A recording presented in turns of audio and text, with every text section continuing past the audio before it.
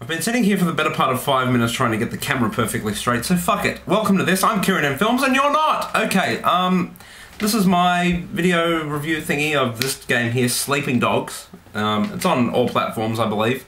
I bought it. I didn't get a review copy, so this is all off the top of my head, and there's going to be no gameplay because I could not be bothered to plug the recorder thing in. So sue me. Anyway, Sleeping Dogs is, for those who don't know, it's true crime Hong Kong, whatever the hell it was supposed to be. Activision dropped it, and Square Enix picked it up. Luckily they did, because this is actually a really awesome game. I'll set out the premise. You are in Hong Kong, and you are an Asian dude, I'm not even going to try and pronounce the goddamn names of these people. And you're an undercover cop, and you're taking down the triads from within.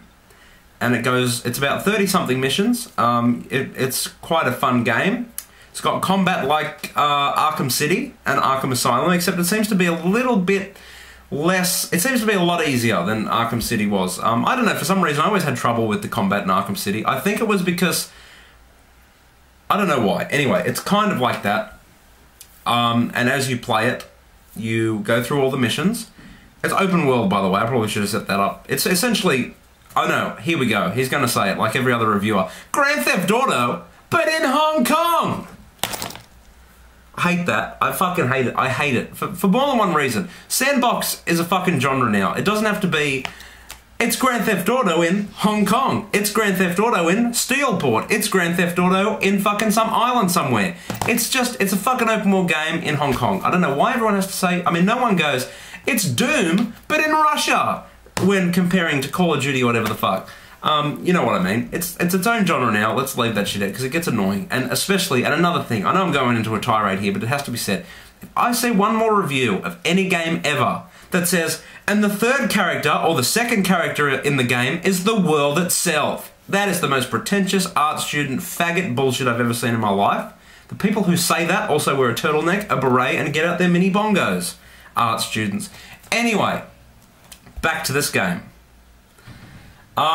So what it is it's an open world game set in Hong Kong, if you don't know, and it's very similar to Grand Theft Auto, very similar to Saints Row, those kind of games where you go around doing missions, or you can go around to do side missions or all that kind of stuff, and it's just fun. It adds nothing new to the sandbox genre. Like, it's pretty much just, it adds nothing except awesome hand-to-hand combat. But that's about it, really. But it's still a lot of fun to play, and I'll tell you why. Because the story is really awesome. The story is really cool. And not only that, but they got voice actors. I'm not sure what... I probably should have researched this before, but I'm not sure what language they speak in Hong Kong. I know it's either Cantonese or... what's the other one called? Mandarin. I'm going Cantonese. That sounds about right for some reason.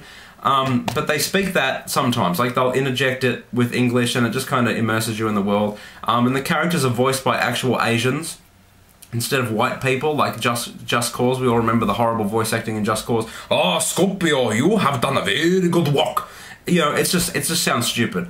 But in this, they all sound legit, and they speak their native language, whatever that may be. So that adds to the immersion. The story's really cool. The ending is so goddamn predictable. As soon as I saw the character, I'm like, yep. That's exactly what's going to happen, and it exactly happened. I won't spoil it for you, because the story is a good reason to play this game. But the combat's really fun. I mean, later on you unlock guns, and the gunplay's not bad.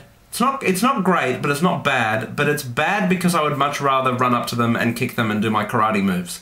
I don't really care about the gunplay, but there's a lot more fighting than there is gunplay anyway, especially if you do the side missions. So side missions are like racing, capture, you got to go and steal cars for like a chop shop, you've got to go and collect money from people.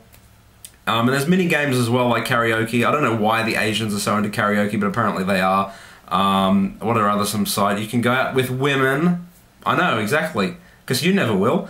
What else? That's about it, really. But no, it's seriously a really fun game. It's got level up trees, so because you're a cop and a triad, there's heaps of different leveling bars. So if you do something good, so for instance, if you go the whole level without killing an innocent person, then you'll probably get 3 stars on your cop one, and then your bar will go up. And then if you do heaps of melee damage and all this stuff, weapon damage, because you can pick up like knives and stuff like that, then that adds to your triad bonus. And they unlock different perks and specials, like different moves, weapons do less or more damage, and that's how that works. There's also like a face meter. There's heaps of different unlocks as well, which is really fun. There's heaps of collectibles, and this does collectibles right. I am not a collectible person at all. I fucking despise them. But if you put where they are on the mini-map or on the normal map, or you have like a thing that I can push, like in Infamous, if you push down the thumbstick, it sends out like a signal, and if there's any collectible within the area, it shows it on the map. Fucking brilliant. I can spend hours, and I probably will, because I'm an achievement whore, sorry, enthusiast, just getting the collectibles. So if you haven't got this, there's really not much coming out until Borderlands 2 at the end of the month, and past that, there's really nothing anyway. So go and pick it up if you can. It came out the same day as Darksiders 2. Is it better than Darksiders 2? I'm going to say no. But it's still a really awesome game. It's not great. Well, it's not amazing, but it's pretty solid. It's pretty solid. So yeah. So until next time, ladies and gentlemen, I'm out. If you've played it, tell me what you think. Until next time, au revoir.